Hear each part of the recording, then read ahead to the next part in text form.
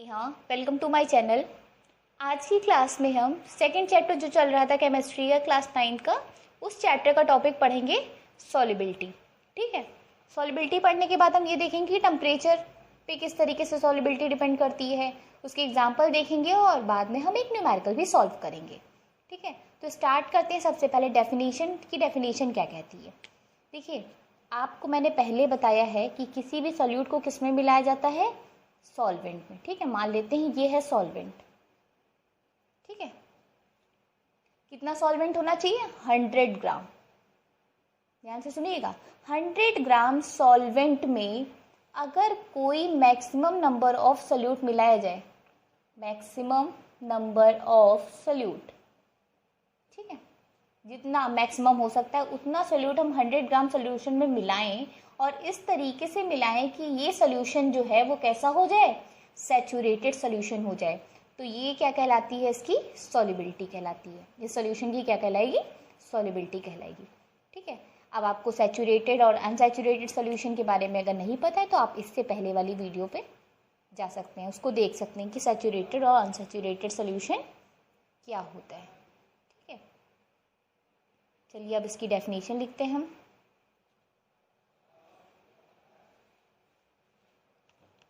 तो डेफिनेशन क्या हो जाएगी, the maximum number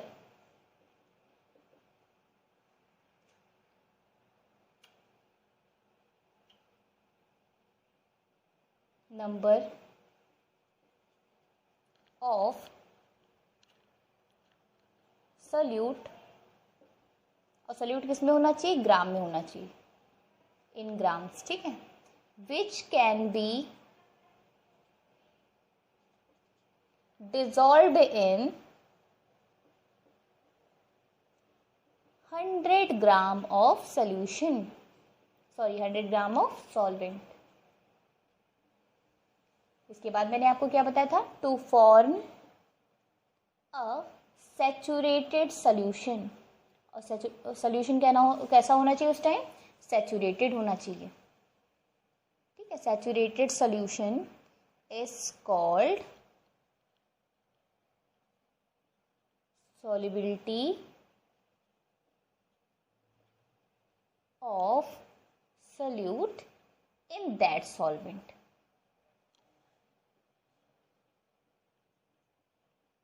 at any temperature, temperature कुछ भी हो।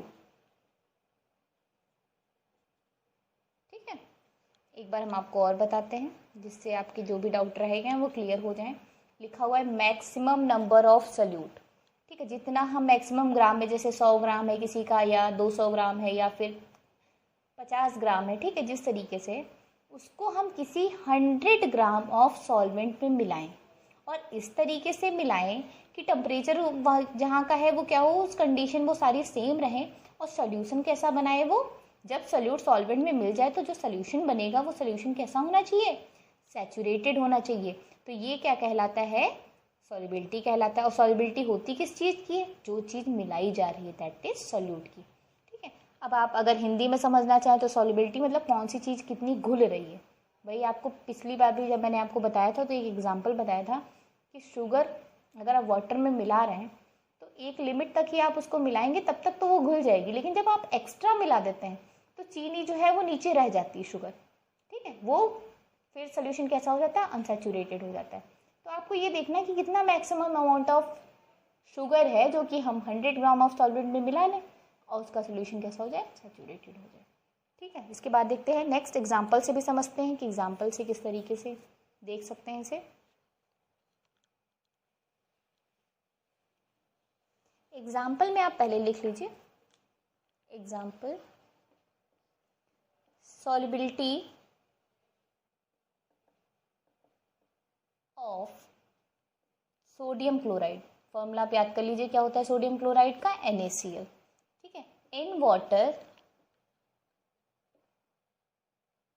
Eight 20 degree Celsius in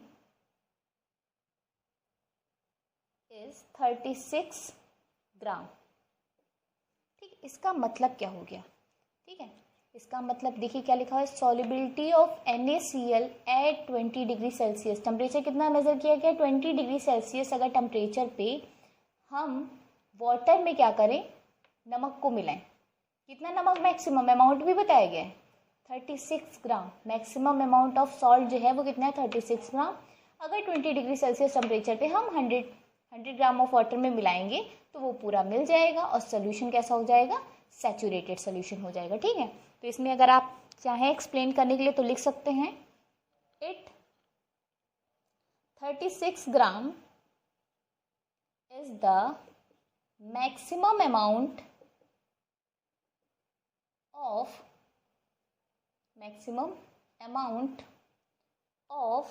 solute. Solute मतलब क्या है आपका, NaCl, that can be dissolved in water. Water तो फिक्स है, वाटर कितना होना चाहिए, 100 ग्राम। डेफिनेशन में ही मैंने आपको बताया है कि सॉल्वेंट जो है वो फिक्स है। एट टेम्परेचर कितना बता दिया गया, 20 डिग्री सेल्सियस। इसको एक्सप्लेन करने के लिए आ सकता है। अगर आपको कहीं भी इस टाइप से क्वेश्चन दिया, सॉल्युबिलिटी NaCl की जगह पे अगर आपको पोटेशियम नाइट्रेट या किसी भी चीज़ की दे दी जाए, ठीक है, यहाँ पे वैल्यू चेंज होगी टेम्परेचर की, बस आपको उसको एक्सप्लेन करना हो तो आप क्या करेंगे, जो भी अमाउंट है उसको लिख देंगे, ये मैक्सिमम अमाउंट है इस चीज़ का जो कि 100 ग्राम ऑफ वाटर में डिजोल्व हो रहा है। टेम्परेचर का ही वाला टेम्परेचर आपको लिख देना है यहाँ पे। ठीक है, फिर हम ये देखते हैं इसके बाद effect of temperature on solubility of a solid in a liquid. ठीक है, इसको लिख लीजिए।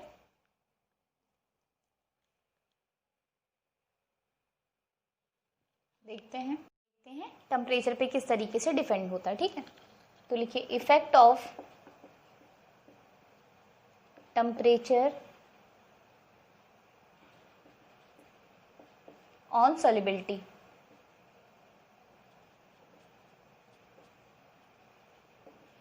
तो इसमें क्या हो जाएगा, जो सॉल्युबिलिटी होती है वो सॉल्यूट और सॉल्वेंट की स्टेट पे भी डिपेंड करती है। ठीक है, स्टेट के हिसाब से वो डिक्रीज या इंक्रीज करती है। तो यहाँ पे लिखेंगे the solubility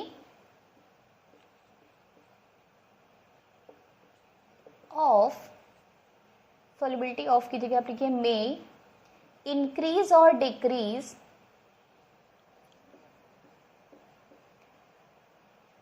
with the increase in temperature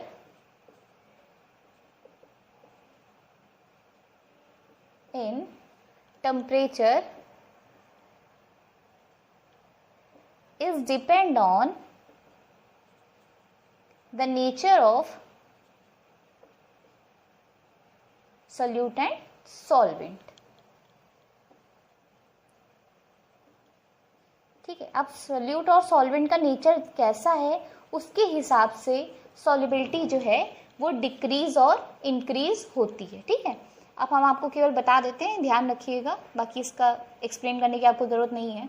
जैसे मान लेते हैं अगर हम शुगर की बात करें, ठीक है, तो शुगर के केस में क्या होता है, शुगर कौन सी फॉर्म में हो गया, सॉलिड फॉर्म में हो गया, ग्लूकोज है या सोडियम क्लोराइड है, मतलब सॉलिड की हम बात कर रहे हैं। ठीक है, अगर इससे जो है वाटर में मिलाया जाए तो क्या होता है, इसकी सॉल्युबिलिटी टेम्परेचर के साथ इंक्रीज होती है। अगर आप टेम्परेचर बढ़ा दोगे तो इसकी सॉल्युबिलिटी क्या हो जाएगी, इंक्रीज हो जाएगी।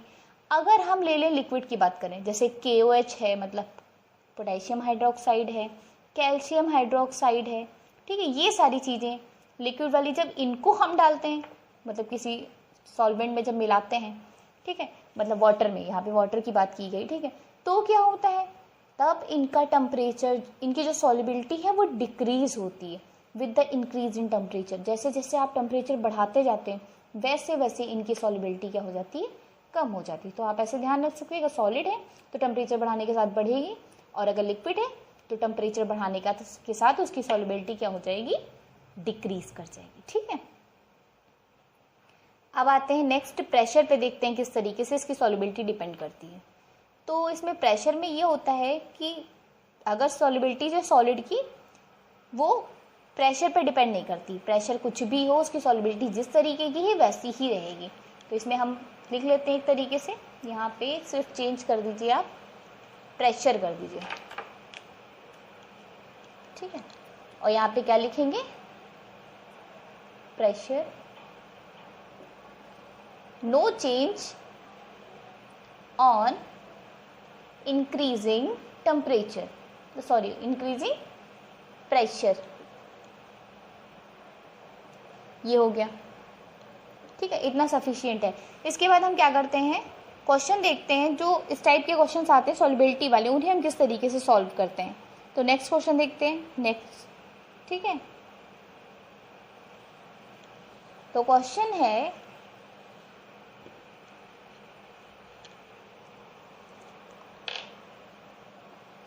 A maximum,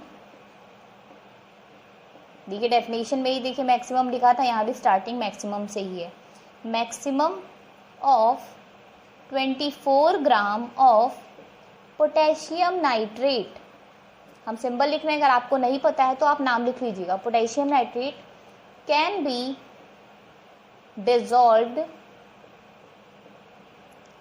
in 75 gram of water at 20 degrees Celsius. Calculate the solubility of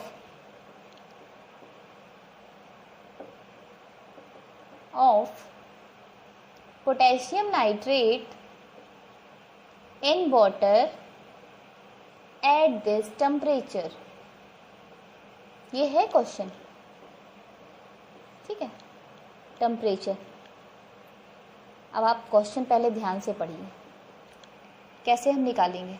देखिए कहा गया है मैक्सिमम अमाउंट कितना है, 24 ग्राम। ये क्या है, सॉल्यूट है। इसको किस में मिलाया जा रहा है, 75 ग्राम ऑफ वाटर में मिलाया जा रहा है। लेकिन आपको पता है कि आपको इसकी सॉल्युबिलिटी फाइंड करने के लिए यहाँ पर वाटर कितना होना चाहिए था, 100 ग्राम, क्योंकि सॉल्युबिलिटी की डेफिनेशन ये कहती है कि वाटर जो है उसकी जो क्वांटिटी है वो 100 ग्राम फिक्स है। तो हम लोग क्या करेंगे, बहुत आसान सा क्वेश्चन है, नॉर्मल जिस तरीके से मैथ्स में सॉल्व करते हैं उस हिसाब से करेंगे, ठीक है। देखिए सबसे पहली चीज़ क्या लिखा है, देखिए 75 ग्राम ऑफ वाटर, कितना इसमें डिजॉल्व हुआ है solute, 24 gram of potassium nitrate. ये तो आपको नॉर्मल सी बात समझ में आ गई हुई कि 75 ग्राम वाटर में 25 ग्राम ऑफ पोटेशियम नाइट्रेट को मिक्स किया गया है। तो 1 ग्राम में कितना होगा, चलिए इस तरीके से करते हैं। 1 ग्राम ऑफ वाटर में कितना होगा, 25/75। ये कहाँ आ जाएगा, नीचे आ जाएगा। अब इसमें क्या कहा गया है, आपको फाइंड किस में करना है, 100 ग्राम में फाइंड करना है। तो फिर नेक्स्ट लाइन में क्या लिखेंगे, इसलिए देयरफॉर 100 ग्राम ऑफ वाटर में कितना हो जाएगा, 24/75 इंटू 100। जब यहाँ 100 से मल्टीप्लाई करेंगे तो यहाँ भी कर देंगे। 25 से कट करिए, 25 3 जा, 25 4 जा, 3 8 जा, और अगर इसको मल्टीप्लाई करेंगे तो 8 4 जा कितना हो जाएगा, 32। तो कितना आंसर आ जाएगा, 32 ग्राम ऑफ पोटेशियम नाइट्रेट। तो सॉल्युबिलिटी 100 ग्राम में हम लोगों ने कितनी फाइंड कर ली, 32, और 75 ग्राम में कितनी सॉल्युबिलिटी गिवन थी, 24। तो ये आप ध्यान रखिएगा किस तरीके से इसको सॉल्व करना है। एक बार हम आपको और शॉर्ट में बता देते हैं किस तरीके से सॉल्व किया गया है। देखिए क्वेश्चन में सिर्फ आपको ध्यान देना है कि 100 ग्राम लिखा है तब तो अच्छी बात है, नहीं लिखा है तो आप उसको 100 ग्राम में सॉल्व करके लाएंगे। जैसे यहाँ पे गिवन था कि 75 ग्राम ऑफ वाटर में इतना सोल्यूट डिजॉल्व किया गया, ठीक, टेम्परेचर दिया था 20 डिग्री सेल्सियस, तो आपको सॉल्युबिलिटी फाइंड करनी थी। तो 75 ग्राम ऑफ वाटर में इतना मिलाया गया, तो 1 ग्राम ऑफ वाटर की फाइंड कर लीजिए वैल्यू। और फिर 100 ग्राम हमें चाहिए होती है सॉल्युबिलिटी फाइंड करने की, तो 100 इधर भी कर दिया, 100 दूसरी साइड भी कर दिया, और दोनों को सॉल्व कर लिया। सॉल्व करने के बाद जो आंसर आएगा वही आप क्या हो जाएगा, सॉल्युबिलिटी हो जाएगी। इस तरीके के क्वेश्चंस को आप ट्राई करिएगा। नेक्स्ट में हम नेक्स्ट टॉपिक जो है कोलाइडल सॉल्यूशन, उसको हम नेक्स्ट क्लास में देखेंगे।